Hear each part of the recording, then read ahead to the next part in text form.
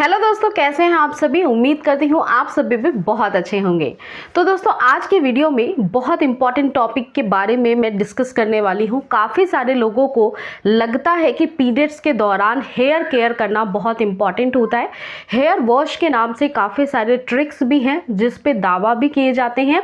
कई सारे आपने वीडियोज़ में देखे होंगे कि हेयर वॉश थोड़ा सा आप पीरियड्स के दौरान सावधानी पूर्वक करेंगे तो उससे प्रेग्नेंट होने में बहुत आसानी होती है, इवन प्रेगनेंसी रुक जाती है। और इसके साथ ही कुछ लोगों को लगता है कि हेयर वॉश करने से कोई फ़ायदा नहीं मिलता है, राइट। हेयर वॉश करने या ना करने से प्रेगनेंसी रुकेगी या नहीं रुकेगी, यही मैं आज के इस वीडियो में काफ़ी क्लियरली आपको समझाऊंगी। क्योंकि अगर जिन्हें इनफर्टिलिटी है, इनफर्टिलिटी मीन्स कि बेबी कंसीव होने में दिक्कत हो रहा है, प्लानिंग करते हुए काफ़ी वक्त हो गया है, तो फिर आपको हेयर वॉश के कुछ नियमों का पालन जरूर करना चाहिए। इससे आपको बहुत फ़ायदा मिलेगा। वेस्टर्न कल्चर में, मॉडर्न साइंस में इसका बहुत ज़्यादा जो है वैल्यू नहीं दिया जाता है, लेकिन अगर मैं आयुर्वेदिक चिकित्सा पद्धति की बात करूं तो इसमें ये वाली ट्रीटमेंट के बारे में बिल्कुल जिक्र किया गया है। तो चलिए, क्या है वो बातें आपको मैं बताती हूँ। सबसे इम्पॉर्टेंट ये है कि किसी भी महिला को जब पीरियड्स आते हैं तो पीरियड्स को गंदगी के रूप में देखा जाता है, जो कि बिल्कुल सही नहीं है।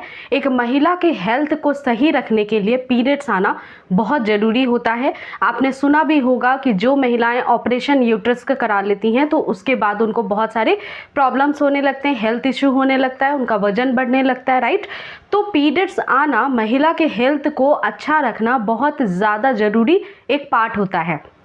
पीरियड्स अगर हर महीने आते हैं तो आपका यूट्रस जो है वो क्लीन होता है। यूट्रस में जितनी गंदगी होती है, गंदगी तो होती ही है, आप रिलेशन बना रहे हैं, इसके अलावा भी उसमें काफ़ी सारी चीज़ें हर महीने होती हैं, जैसे कि डिस्चार्ज बनता है या फिर उसमें एक लाइन बनती है, जब बच्चा रुकेगा तो गर्भ की दीवार से चिपकेगा, जिसको एंडोमेट्रियम कहा जाता है। तो ये सारी ही चीज़ें यूट्रस के अंदर होती है और ये अगर क्लीन नहीं होगी हर महीने तो कोई भी महिला बीमार हो सकती है, ठीक है। तो इसके लिए इसका जो साफ करने का प्रक्रिया है, प्राकृतिक रूप से बनाया गया है, वो पीरियड्स के रूप में ही है। पीरियड्स के दौरान ये सारी चीज़ें बाहर आती हैं और अगर आपको प्रेगनेंसी रुक जाती है तो ये पीरियड्स रुक जाते हैं, फिर बच्चा बनने शुरू हो जाता है।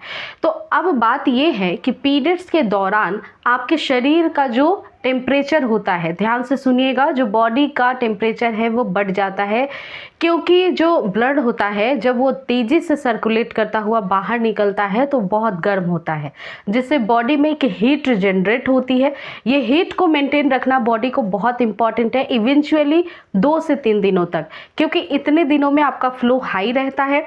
जितना भी आपके यूट्रस के अंदर टिश्यू है, जितने भी डेड टिश्यूज़ हैं, आपको एंडोमेट्रियम की दीवार जो सेड ऑफ हुई है, इसके अलावा भी कुछ गंदगियां होती हैं, कुछ ऐसी बैक्टीरिया होती हैं, कुछ ऐसे जो जितनी भी प्रॉब्लम्स हैं उन सब चीज़ों को पीरियड्स क्योर कर देता है। उसके बाद फिर से रिफ्रेश्ड हो जाता है आपका यूट्रस न्यू प्रेगनेंसी की जर्नी को कंटिन्यू करने के लिए या फिर कंसीव करने के लिए। इस वजह से हमारे बॉडी को कभी भी इंटरप्ट नहीं करना चाहिए जो वो नेचुरल प्रोसेस कर रहा है।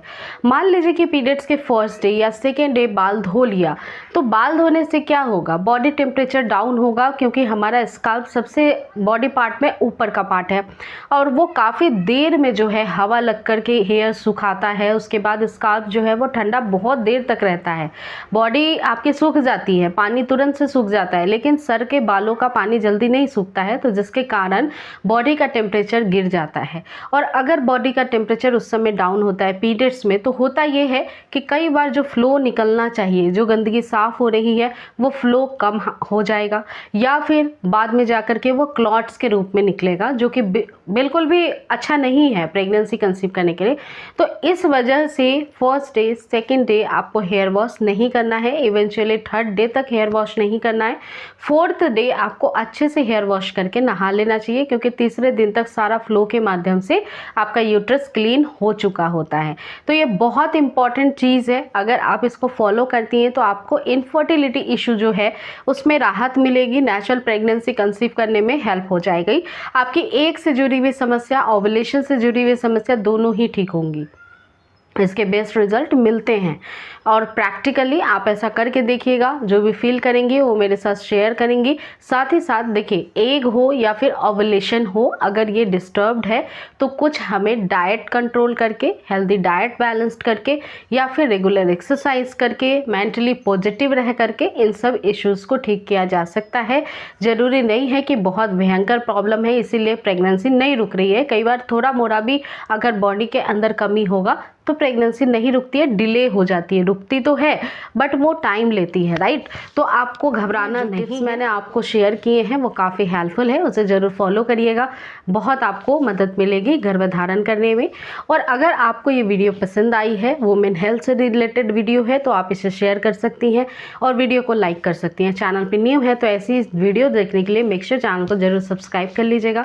मेरा नाम पूजा है। नेक्स्ट वीडियो में फिर से मिलूंगी। Thank you.